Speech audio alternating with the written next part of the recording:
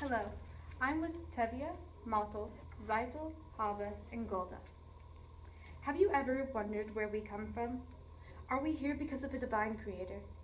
Or did we evolve over millions of years of time?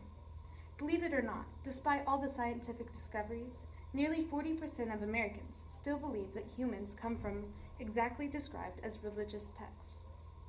This was Gallup in 2019. Why does this matter?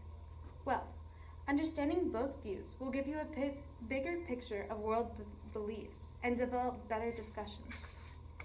This debate does not involve pushing either science or religion, but educating you on topics as well as politics and even our view of life. I'm credible to be speaking of this because I did research using credible sources on creationism versus evolution. My goal: I'm here to present both sides fairly. Creationism, which grows faith, and evolution, which is supported by science. Whether you lean towards the middle ground or you lean towards another one, my goal is to give you a deeper understanding of this debate. What are my points for today? We will cover what evolution is, what creationism is, and why people believe both of those. We will cover the science behind evolution, and we will cover the counter-arguments of evolution. Let's start by understanding the beliefs of creationism. What is creationism? In simple terms, creationism can be explained as the mere belief that life on Earth and in the universe had been created by a divine being. As my papa says, the pastor of Northside Baptist Church, Randy Bartley, the majority of Christians trace this belief in the Bible. In Genesis 1:1, to be precise, in the beginning, God created the heavens and the earth. Creationism has two main categories: young earth believers and old earth believers. Young earth creationalists believe that the earth is only 6,000 years old. On the other hand, old earth creationalists believe that the earth is billions of years old, but it is still in its current form. Now, let's look at why some people do not believe in evolution and support creationism. There are three main reasons people choose to believe creationism over evolution. Number one, intelligent design. Some people believe life is just too complicated to have occurred by accident. The human eye, for instance, is complex and thus supposedly requires a designer rather than a merely random mutations. Number two, the lack of transitional fossils. Critics still insist that transitional fossils necessary to link species throughout time are lacking. Critics view this as a weakness in the theory of evolution. Number three, some scientists, like Michael Babe, have argued that certain biological systems, like the bacterial flagellum, could not have evolved through gradual modification because they only function if all parts are present. Now, let's shift gears. Let's talk about the scientific perspective. Evolution. What is evolution? Well, evolution is described how life has changed over hundreds of millions of years through a process called natural selection.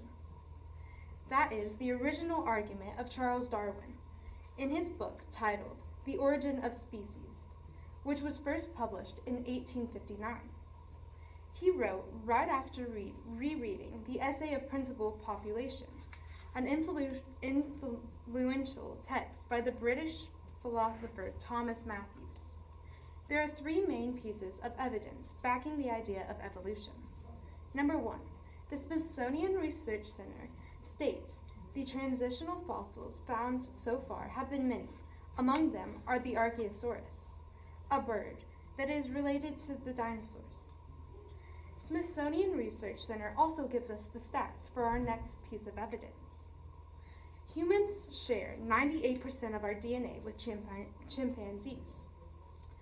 Now, that's a pretty strong evidence that we have a common ancestor.